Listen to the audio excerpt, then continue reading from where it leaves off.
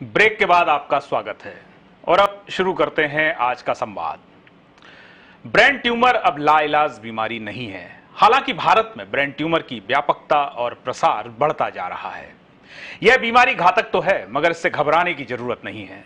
दृढ़ इच्छा शक्ति के साथ हर बीमारी से लड़ा जा सकता है और उस पर विजय पाई जा सकती है। वैसे तो सिरदर्द आम समस्या है, मगर यह ब्रेन ट्यूमर का एक प्रमुख लक्षण हो ऐसा भी नहीं है। पहचान न होने से व्यक्ति अनजान रहता है और अंदर ही अंदर यह बीमारी गंभीर होती जाती है। चिकित्सा विज्ञान कहता है सर्जरी इसका प्रमुख इलाज है।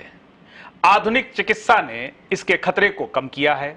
हां, यदि समय रहते इसका उचित इलाज नहीं कराया गया तो यह जानलेवा साबित होता है। अब यदि सही इलाज न लिया जाए तब तो हर बीमारी, कोई भी बीमारी खतरनाक ही होती है।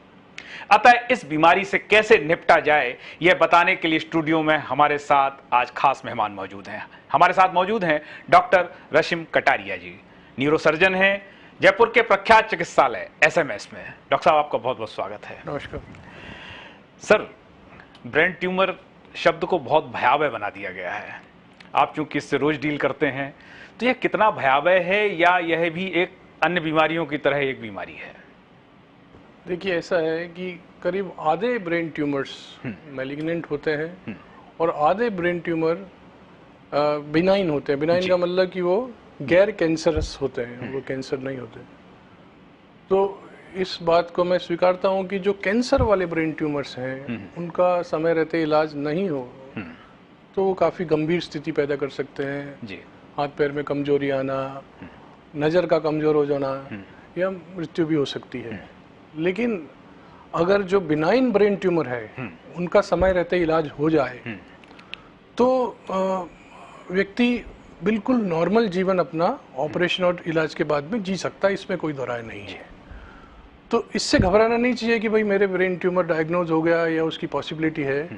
हमको तो ये देखना चाहिए कि उस समय आपको न्यूरोसर्जन क्या सलाह देते हैं जी। कि आपको ऑपरेशन की सलाह दी जाती है या आपको वेट करने की सलाह दी जाती है। ऑपरेशन के बाद में क्या आपको कीमोथेरेपी या रेडियोथेरेपी एडवाइस करी जाती है। तो ये सब चीज़ें हमको उस पर देखनी चाहिए। ब्रेन ट्यूमर का ये मतलब नहीं है कि भाई ये कैंसर ही है। अब जैसे ये कहा जाता है कि जो आम धारणाएं हैं कि सिरदर्द जो है, यदि सिरदर्द हो रहा है बार बार, तो जैसे अपन कहें कि तमाम नीम हकीमों की संख्या ज़्यादा है भारत में, पढ़े लिखे और विशेषज्ञ डॉक्टरों की संख्या कम है, इसलिए वो हर सिरदर्द को एक तरीके से उसे डरा देते हैं कि ये तो ब्रेन ट्यूमर हो सकता है। तो उससे निपटने का सही तरीका क्या है कि यदि बार बार सिरदर्द हो रहा है तो फिर वह व्यक्ति क्या करे ऐसी स्थिति में? सिरदर्द कई बीमारियों का लक्षण हो सकता है जी। अगर सिरदर्द है किसी के तो इसका ये मतलब नहीं है कि उसके ब्रेन ट्यूमर है जी।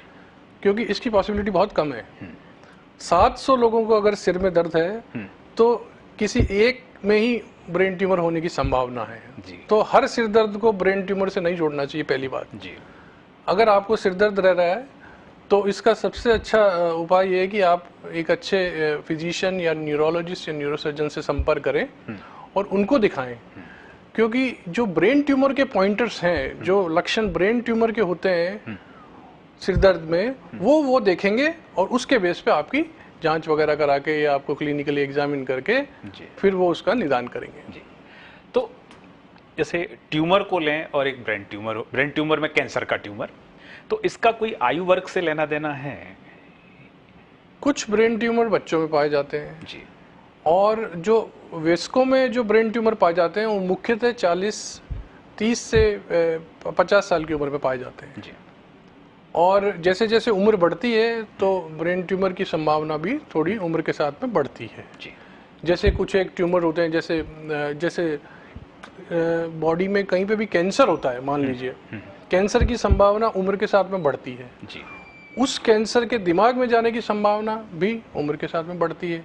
जैसे मेल्स में प्रोस्टेट का कैंसर होता है, लंग्स का कैंसर होता है, तो उम्र के साथ में इसकी संभावना दिमाग में जाने की भी बन जाती है। एक यह भी देखा गया है डॉक्टर साहब कि हम भारत के लोगों की बात करें, जांच कराने से बहुत घबराते हैं वो। यदि डॉक्टर उनसे कह दे कि आप अपने एमआरआई करा लीजिए, सिटी स्कैन करा लीजिए दिमाग का, तो वो उससे बहुत घबरा जाते हैं, बनिस्बत उसके कि जब कोई बीमारी यदि नहीं है तो घबराना कैसा? इस स्थिति में आप हमारे दर्शकों को क्या सलाह देंगे? देखिए ये सब नॉन इन्वेजिव इन्वेस्टिगेशंस हैं। इन्वेजिव इन्वेस्टिगेशन होती है जिसमें कि शरीर में कुछ सुई लगा के या कुछ यंत्र डाल के, इंस्ट्रूमेंट डाल के जांच करी जाती है। ये सब तो नॉन इन्वेजिव जांचें हैं और इनका कोई विशेष दुष्प्रभाव भी नहीं है जी। और इनका फायदा बहुत है। मान लीजिए छोटा सा ट्यूमर है, आपको परेशान कर रहा है, वो एमआरआई में अगर पकड़ में आ जाता है तो इससे अच्छी और क्या बात होगी कि आपकी जान बच सकती है। तो ये धारणा बहुत गलत है कि भाई एमआरआई से डरना है। हाँ, थोड़ा सा मशीन बड़ी होती है, जाने में कुछ लोगों को डर लगता है, उसको कोलोस्ट्रोफोबिया बोलते हैं, लेकिन थोड़ा सा हिम्मत करके उसको कराना चाहिए। आपका अनुभव क्या कहता है? जैसे जब आपके सामने पेशेंट आता है, और स्वाभाविक है आपके सामने तभी आता है जब उसे कहीं सिरदर्द की दवा खाने से आराम नहीं मिल रहा होता है, तो ऐसी स्थिति में आपका अनुभव क्या कहता है कि यदि ये वक्त से पहले आ गए होते तो ये इस तरीके की इन्हें ज्यादा कष्ट न सहना पड़ता? हमारी भारतीयों की क्या है, सहने की प्रवृत्ति बहुत ज्यादा है। थोड़ी बहुत प्रॉब्लम में तो हम आते ही नहीं है जी। तो अक्सर हम लोग रोजाना देखते हैं ऐसा कि एक ब्रेन का ट्यूमर होता है अकाउस्टिक न्यूरोमा जी, जो कि वेस्टर्न कंट्रीज में बहुत जल्दी पकड़ में आ जाता है, क्योंकि वो जरा सा चक्कर आने में ही वो डॉक्टर को दिखा लेते हैं। हमारे यहाँ पे चक्कर को नज़रअंदाज किया जाता है, सिरदर्द को भी नज़रअंदाज किया जाता है। फिर जब मुंह टेढ़ा हो जाता है या चलने फिरने में विशेष तकलीफ हो जाती है तब पेशेंट रिपोर्ट करता है। तब तक काफ़ी बड़ा हो चुका होता है वो ट्यूमर, उसमें थोड़ा ऑपरेशन करना जटिल हो जाता है। ऐसे में लगता है कि अगर ये मरीज पहले आया होता तो ऑपरेशन के बाद में बिल्कुल नॉर्मल होता। इसका एक कारण हम यह भी माने कि जागरूकता की कमी, और जागरूकता यानी जो हमारी शिक्षा है उसमें हम जब बच्चा बड़ा हो रहा होता है तो इस तरीके की चीजें उसे पढ़ाने में कोताही बरतते हैं। डॉक्टर को दिखाना, जरा सी प्रॉब्लम में आपको डॉक्टर से सलाह लेनी चाहिए, इसमें कोई शक नहीं है, क्योंकि डॉक्टर आपको गाइड कर सकता है कि अपन को इस स्थिति में क्या करना है, या डॉक्टर आपको फॉलो भी कर सकता है। हो सकता है कि आपके कोई भी प्रॉब्लम नहीं हो, आपका वहम हो सकता है कि आपकी कुछ प्रॉब्लम चल रही हो जो कि विशेष हो, जो कि बाद में बढ़ने वाली हो, तो उसको एक अच्छा डॉक्टर, चिकित्सक ही पकड़ सकता है। तो अब जैसे एक शब्द सुनते थे कि ये हमारे फैमिली डॉक्टर हैं, तो इस बढ़ती आपाधापी में, व्यस्तता में हमने फैमिली डॉक्टर शब्द को भी मिस किया है। नहीं, फैमिली डॉक्टर की जो यूटिलिटी है वो आज भी मैं समझता हूँ कि फैमिली डॉक्टर है उसको तो दिखाना चाहिए पहले आपको, क्योंकि वो आपको सजेस्ट करेगा कि ठीक है अब किस विशेषज्ञ के पास जाया जाए। किस विशेषज्ञ, आजकल विशेषज्ञ का जमाना है। मैं केवल दिमाग के ऑपरेशन करता हूँ या रीढ़ की हड्डी के ऑपरेशन करता हूँ, मैं हार्ट के ऑपरेशन नहीं कर सकता, मैं अपेंडिक्स का ऑपरेशन नहीं कर सकता। अलग अलग विशेषज्ञ अलग अलग बीमारियों के लिए आजकल मौजूद है, तो उनकी सेवाएं लेनी चाहिए। तो अब जैसे अपन ब्रेन ट्यूमर पे लौटे, तो क्या ऐसे भी चिकित्सकीय विज्ञान ने उपाय खोजे हैं कि बिना सिर को खोले कुछ किस्म के ट्यूमर निकाले जा सकते हैं? जी, कुछ एक ट्यूमर है, जैसे कि पिट्यूटरी एडिनोमा करके एक ट्यूमर है, उसको नाक के रास्ते से किया जा सकता है, जिसको कि नेजल एंडोस्कोपिक रूट बोलते हैं। और कुछ एक ट्यूमर्स ऐसे हैं, मान लीजिए ट्यूमर 3 सेंटीमीटर से कोई छोटा है, कुछ एक ऐसे ट्यूमर है जो 3 सेंटीमीटर से छोटे हो, तो उनको अपन सिर्फ रेडियोथेरेपी से ही ठीक कर सकते हैं। लेकिन नाम उनका ऐसा है कि जैसे गामा नाइफ है या साइबर नाइफ है।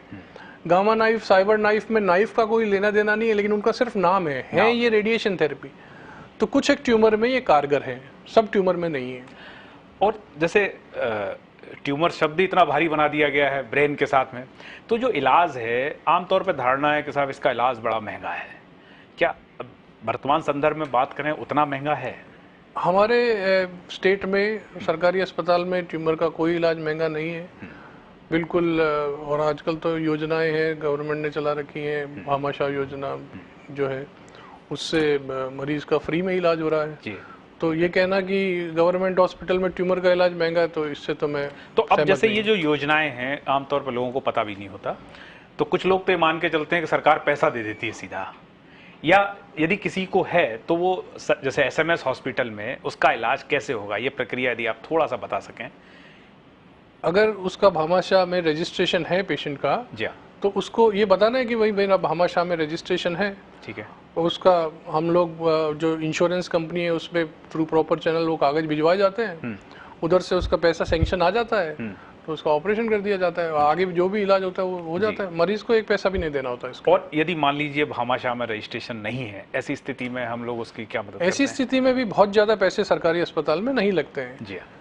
पीपीपी मोड पे यहाँ पे समस्त एमआरआई सीटी स्कैन की जांचें हो जाती हैं, जी ऑपरेशन के कोई चार्जेस है नहीं है। तो ऐसा नहीं है कि भाई जिनका भामाशाह नहीं है उनको बहुत ज़्यादा खर्चा लगता है, ऐसा कोई वो नहीं है। अच्छा, आपके अनुभव से मैं समझना चाहते हैं कि पढ़े लिखे व्यक्ति भी क्या इस तरीके की अज्ञानता के शिकार होते हैं कि लंबे समय तक बीमारी को ढोते रहे? ऐसा कम देखा जाता है पढ़े लिखे उसमें, क्योंकि वो अवेयर होते हैं, वो जागरूक होते हैं, तो जल्दी दिखा लेते हैं चिकित्सक को, तो ऐसा कम देखने में आया है। कम देखने में आया है। डॉक्टर साहब, कोई खास लक्षण यदि आप बता पाएं कि जैसे यदि इस तरीके के लक्षण एक उम्र के बाद नजर आते हैं तो फिर देरी नहीं करना चाहिए, इस तरीके के कुछ लक्षण आप हमारे दर्शकों को बता पाएं? जैसे 45-50 साल की उम्र के बाद में अगर आपको दौरा आता है जी हाँ। तो ट्यूमर होने की संभावना काफ़ी बढ़ जाती है। हालांकि ये नहीं है कि 100% आपको ट्यूमर होगा।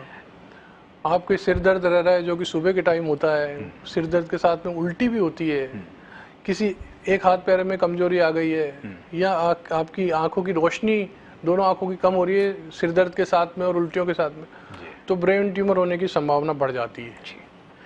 समय कम है, डॉक्टर साहब आप स्टूडियो में आए, आपका बहुत बहुत धन्यवाद।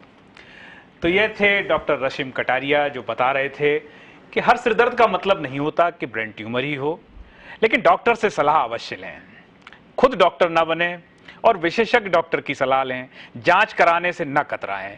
जांच कराना यानी आपके शरीर के अंदर क्या कुछ बीमारी का स्फुटन हो रहा है उसका समय रहते पता चल जाना, जिससे आपके आने वाले वक्त के खतरे को कम किया जा सके। तो यह था हमारा आज का संवाद। वक्त है एक ब्रेक का। ब्रेक के बाद दिखाएंगे अपना खास कार्यक्रम जागरूक गुरुवार। कहीं मत जाइएगा।